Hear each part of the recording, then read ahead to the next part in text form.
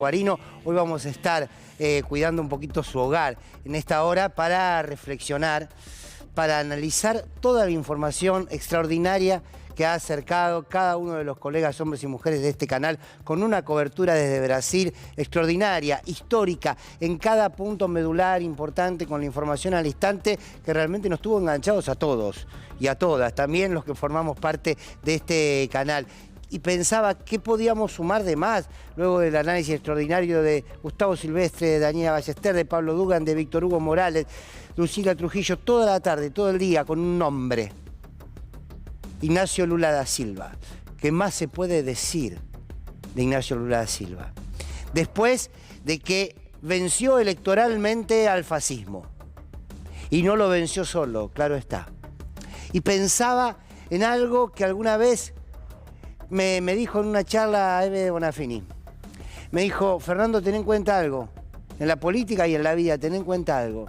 La lucha nunca es un rato.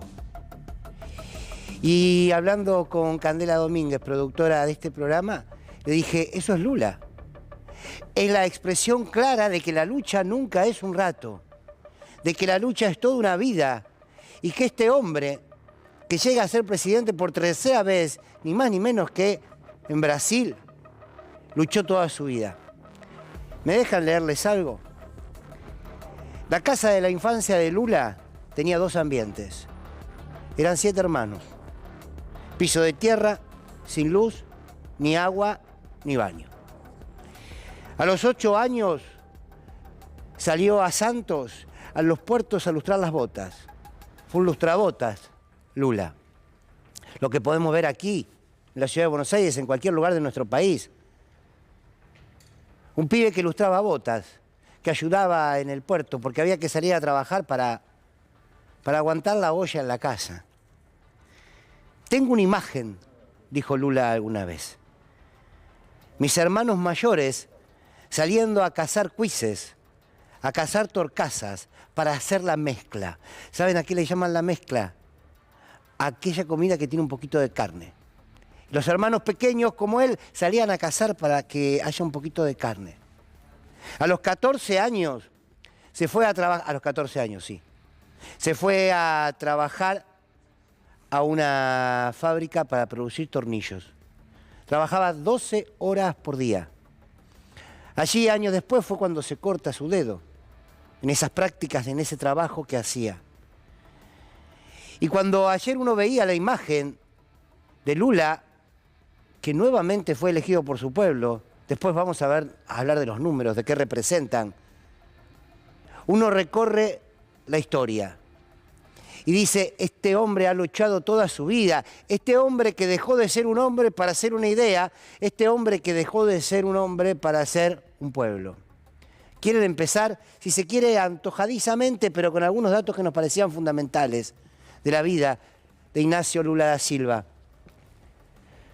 Ya lo saben, un luchador que se organizó en el sindicalismo, que dio la pelea a las dictaduras de Brasil, que dio una pelea con las huelgas de los trabajadores y de las trabajadoras y que fue detenido, y que fue secuestrado, y que fue torturado por la dictadura de Brasil en 1980, llevado preso y torturado. Toda una vida de lucha cuando salió de la cárcel. Y en 1989 se presenta por primera vez a las elecciones. En 1989, ese pibe que a los 8 años lustraba botas, ese pibe que perdió un hermano a causa de las enfermedades propias del hambre, ese pibe que nació para el modelo que iba a ser solo un número y que ahí iba a quedar en los números, en las estadísticas de aquellos que mueren a corta edad. Sin embargo, no, se construyó socialmente, se organizó políticamente y en 1989 dijo, quiero ser presidente del Brasil. Y perdió. Perdió en aquel entonces con Collor de Mello, que sacó en el balotaje un 53,3% y Lula un 46,97%. Pero pasaron 4 años, se siguió organizando, siguió siendo un dirigente de los trabajadores, un dirigente obrero, un dirigente sindical. Y en 1994 se vuelve a presentar a las elecciones. Y ustedes dicen, bueno, ahí tuve una primera oportunidad, no, y perdió. Perdió con Fernando Henrique Cardoso, 54,27% a un 27% de Lula. Pero esos hombres que nacen con la clara vocación y convicción política de que la lucha nunca es un rato y que quien elige representar los intereses de su pueblo casi que entrega su propia vida. Entonces en 1998, por tercera vez, dice: voy a ser candidato a presidente. ¿Ganó? No, perdió. Perdió con Fernando Henrique Cardoso otra vez, con un 53,6% contra un 31,71% de Lula. Pero el 2002, claro, cuando lo que te motiva es la realidad de tu pueblo, cuando lo que te motiva es transformar esa realidad, cuando se entiende que la política no es una clase, no es un sillón de comodidad, sino que es un instrumento para dar esas peleas históricas, decís: voy otra vez, y fue otra vez. Y la cuarta oportunidad, en el 2002, y ahí sí, ganó Lula en un balotaje, con el 61,27% contra José Serra, 38,72%. Miren, lo vamos a recordar. El día que este pibe, porque Lula tiene eso, Lula emociona. Lula emociona por su historia, por su lucha, por ese inagotable andar. El día que asumió por primera vez, tuvo un discurso inolvidable. Hay un fragmento de él que sintetiza esa historia, que sintetiza a ese pibe, a ese tornero, a ese obrero. Quieren escucharlo, recuerden, aquel Lula que asumía por primera vez a la presidencia del Brasil. Se havia alguém no Brasil que duvidasse que torneiro mecânico saído de uma fábrica chegasse à presidência da República, 2002 provou exatamente o contrário.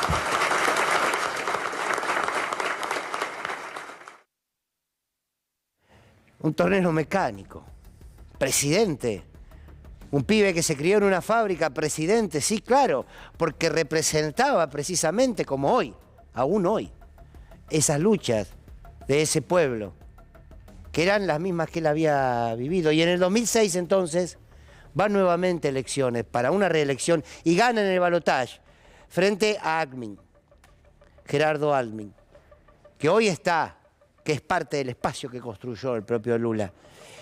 Claro, pero Lula transformó la realidad del Brasil de verdad. Sacar de la pobreza a 50 millones de mujeres, ancianos y niños es transformar de verdad la realidad. Después nos vamos a meter en las políticas económicas que llevó adelante. Pero lo que le han perdonado a Lula precisamente es haberle dado vida a una Brasil que antes de Lula, casi que en algunos sectores de ese país enorme, era esclava. Sí, en muchos lugares del Brasil, antes de este Lula del 2002, había brasileños y brasileñas que en las favelas casi vivían una lógica de esclavitud. Y no exagero. Entonces, claro, debía ir preso. Debía ir preso porque si se volvía a presentar, seguramente tenía grandes posibilidades de ganar. Y el lawfare allí, como acá, persigue a los líderes populares porque persigue los derechos que esos líderes populares representan. Y fueron por Lula con un invento insoportable de lo que significó esta denuncia contra Ignacio Lula da Silva, que el departamento, que el no departamento. Bien, lo que está claro es que el día que Lula iba preso, dio un discurso a su pueblo. Y precisamente en ese discurso histórico fue donde Lula dijo que no se pueden encerrar las ideas y que ella era eso, una idea. Pero también,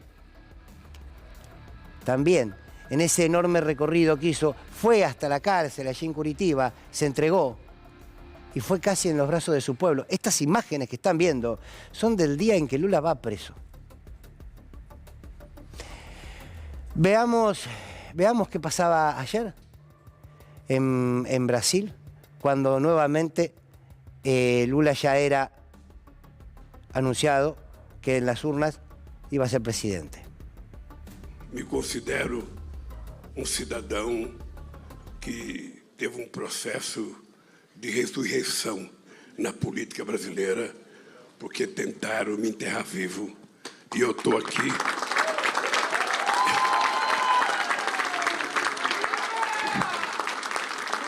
estou aqui para governar esse país numa situação muito difícil, mas eu tenho fé em Deus que, com a ajuda do povo, nós vamos encontrar uma saída para que esse país volte a viver democraticamente, harmonicamente, e a gente possa, inclusive, restabelecer a paz entre as famílias, entre os divergentes, para que a gente possa construir o mundo que nós precisamos e o Brasil. Este Lula de hoy tiene mucho del de ayer, siempre, ¿no?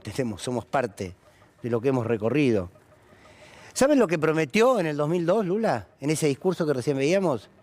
Él dijo que si lograba que los brasileños y las brasileñas tengan un desayuno, un almuerzo y una cena, habría cumplido el mandato de su vida. Prometió 3 comidas por día a los brasileños y lo logró. ¿Saben qué prometió en esta campaña y qué dijo ayer? 3 platos de comida por día para los brasileños. ¿Qué pasó en el medio? Porque lo había logrado Lula. ¿Qué pasó en el medio? Bolsonaro pasó en el medio. 35 millones de pobres con Bolsonaro. Bien, y podríamos hacer una lista larga de lo que significó Bolsonaro. Pero ese mismo Lula sale de la cárcel. Pero cuando estuvo en la cárcel, pierde a su nieto. Antes de entrar en la cárcel, se enferma de cáncer de laringe. Luego pierde a su compañera de toda la vida. Toda una historia de lucha, la de Ignacio Lula da Silva. Por eso estoy convencido, debo decirles la verdad, lo hablaba con Candela. Me daba un poco de vergüenza poner como título Lula emociona. Pero la verdad es esa, ¿eh?